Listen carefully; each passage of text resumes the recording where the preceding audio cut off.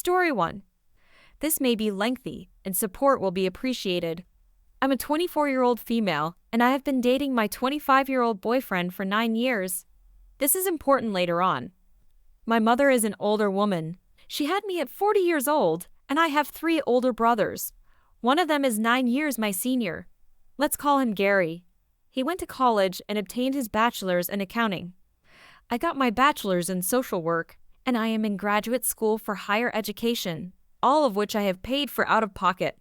I have over $70,000 in loans because my mother was going through hard times, although she has land and houses in other states in Jamaica.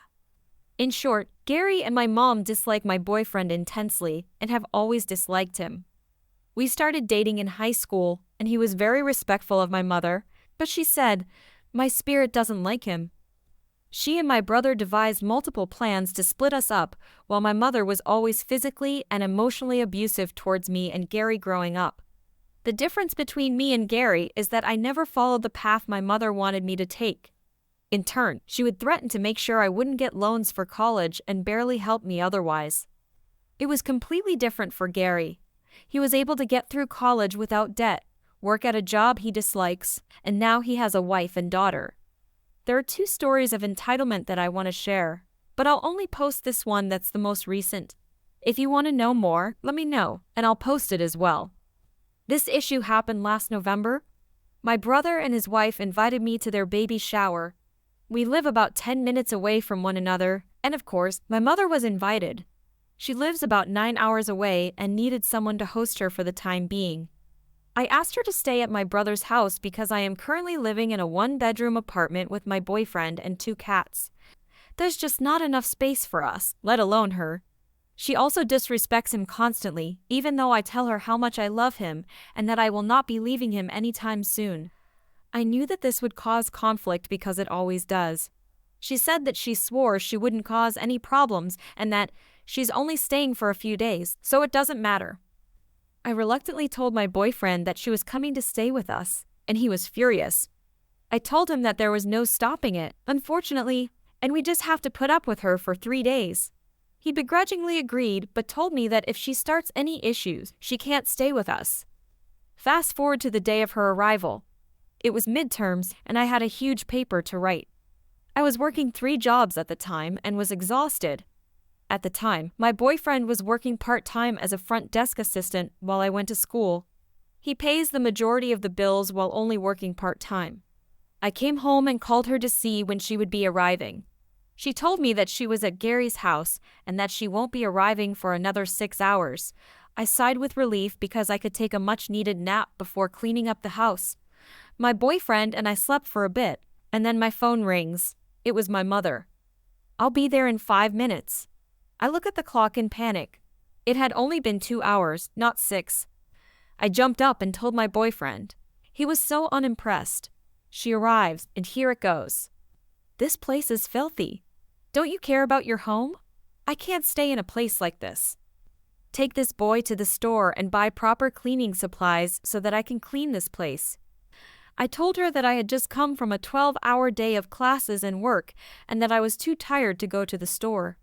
I told her that I washed her sheets and got her a pillow in order for her to be comfortable on the couch. We can figure out cleaning the next day. She was irate. "No, you are going to go to the store now, because I am your mother, and I am telling you to. I will not stay in a filthy home."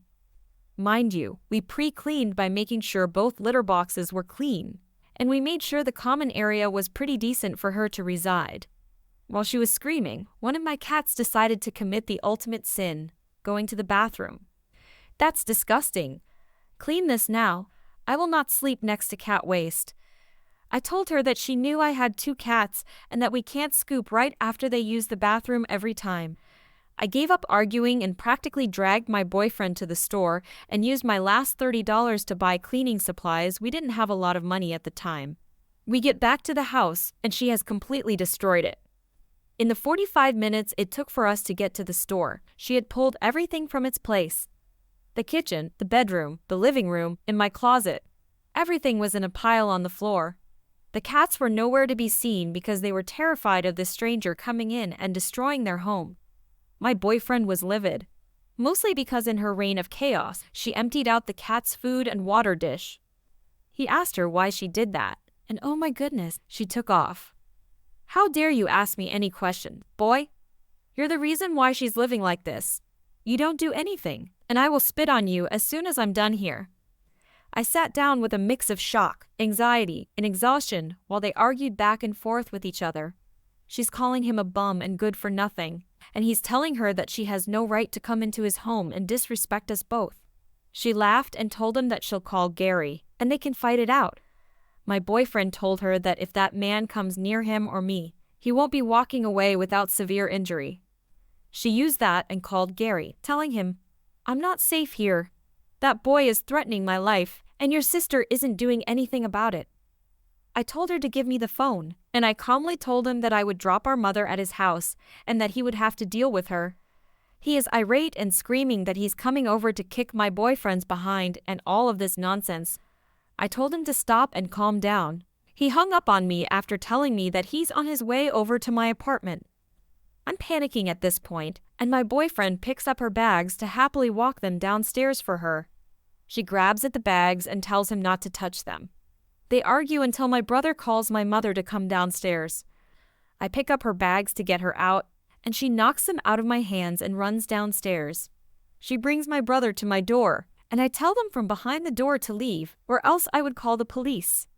They say they just want to get her bags, and I slightly crack the door open to toss them out. Gary then rushes the door, pushes me down, and runs into my apartment to get at my boyfriend. My boyfriend goes into our bedroom to protect himself, and my brother kicks down my bedroom door. No way, straight off the hinges. My boyfriend is in the room, not surprised, and proceeds to pull his pocket knife out and tells him to back up, or he's getting sliced. My brother is a coward and jumps behind our mom for protection. They argue back and forth while I'm looking at my property damage, and I scream, "Get out of my house! Get out!" They then take my gifts for the baby shower. And my brother yells, "Don't come tomorrow. You're not welcome at the baby shower." They leave, and my house is a mess. By the way, I forgot to mention that my mother started taking pictures of the mess that she made in order to tell people that I was living in an awful situation, which wasn't the truth. Luckily, I grabbed her phone and deleted the pictures. The aftermath. A few days go by, and my brother calls me to tell me that he will no longer be paying my phone bill. I begged him not to cut it off because I was already broke and having a hard time keeping up with bills already. I also have had the same number for years, and I didn't want to change it. I told him that he has to pay for the property damage that he did to my home, and he hung up on me and disconnected my phone within 30 minutes of asking for compensation. Luckily, I figured this would eventually happen, and I saved up enough money to start my own plan. I haven't spoken to him since. My mother and I have not mended our relationship. I blocked her number and her email address in order for me to check on her when I am ready. I started to call her once a week to make sure she was okay, and it began to dawn on me that this has been my life for years and that I wasn't going to take it anymore. I stopped calling. She started crying every day and telling people to get in contact with me, even to the point of threatening to tell my aunt not to speak to me anymore if I didn't call her more. I have had to go to therapy, and I demanded that she pay for my door. She agreed, and she paid for the damages. Am I wrong for cutting my family off?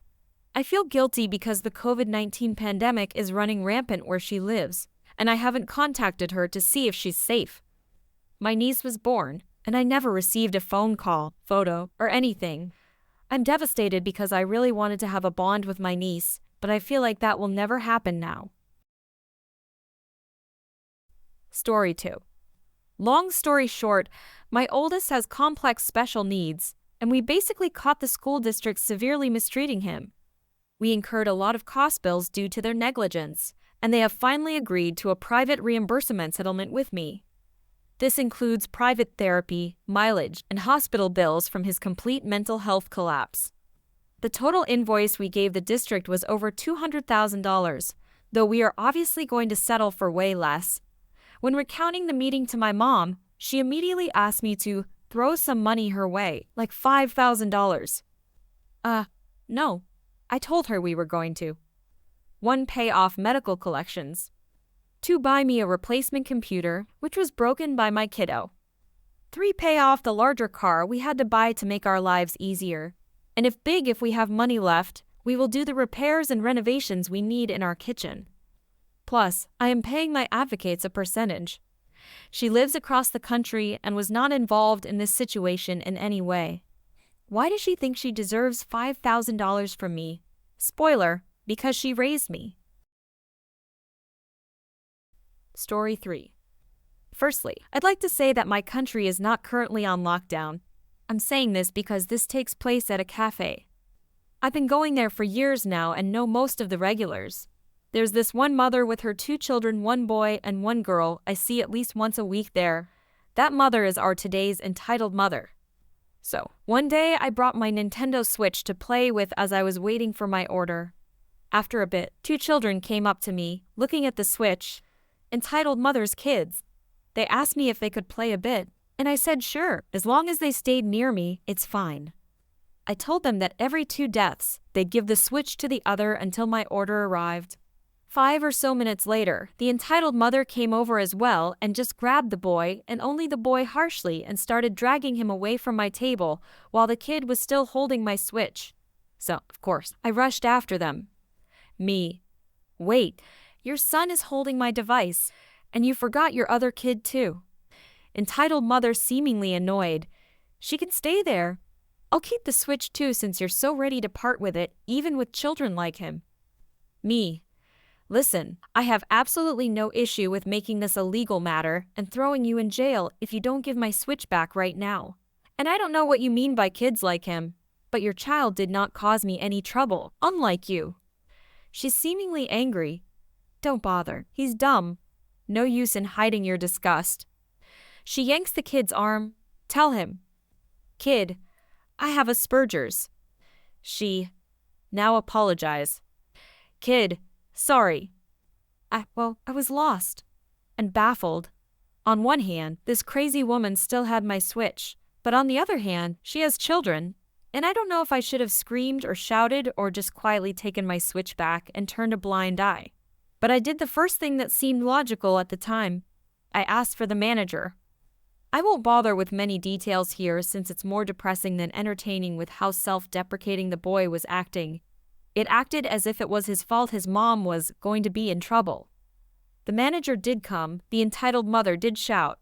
I'm a regular, so they believe me over her. I got back my Switch in one piece thankfully, and the police didn't have to be called. I am heavily debating if I can call Child Protective Services on her. At least she got banned from the place after I told the manager what she said about her own son. I don't even know if this can count as a happy ending. It's just cruel that she's been allowed to reproduce. Story 4. This just happened, and I really need to vent. My store manager is giving me time to cool down as I'm really shaken up. I'm a delivery driver for a pizza place and get an order. I put it into Google and drove to basically the back alley ghetto of a neighborhood. I'm next to a house with tons of old washing machines and restaurant equipment. I call the person, as the delivery instructions told me I should, and the mother picks up. Entitled mother. Hello? Me.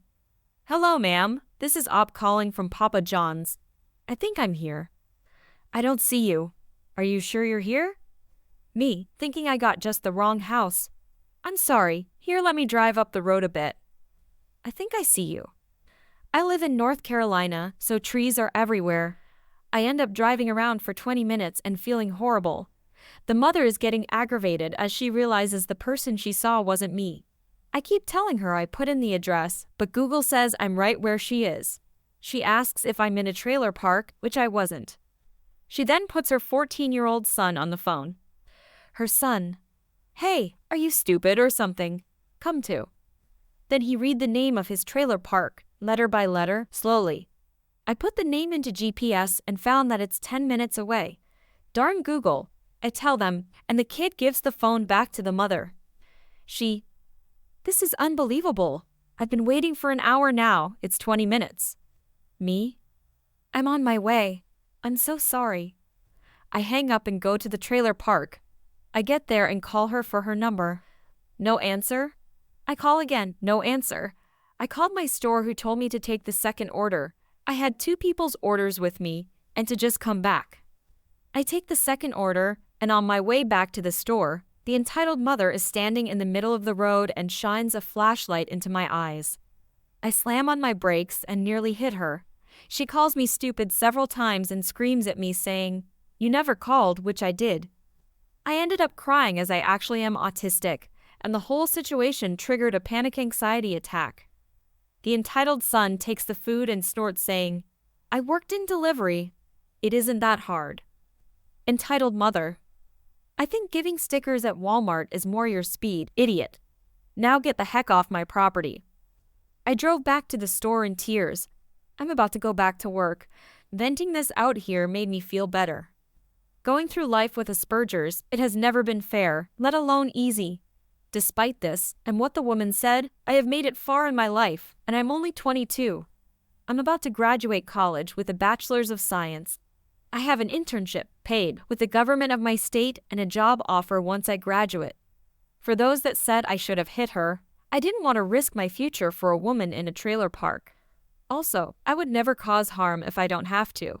What I should have done, as someone said in the comments, is take a page from Squidward, looked her in the eyes, and said, "This one is on the house," and threw it at her.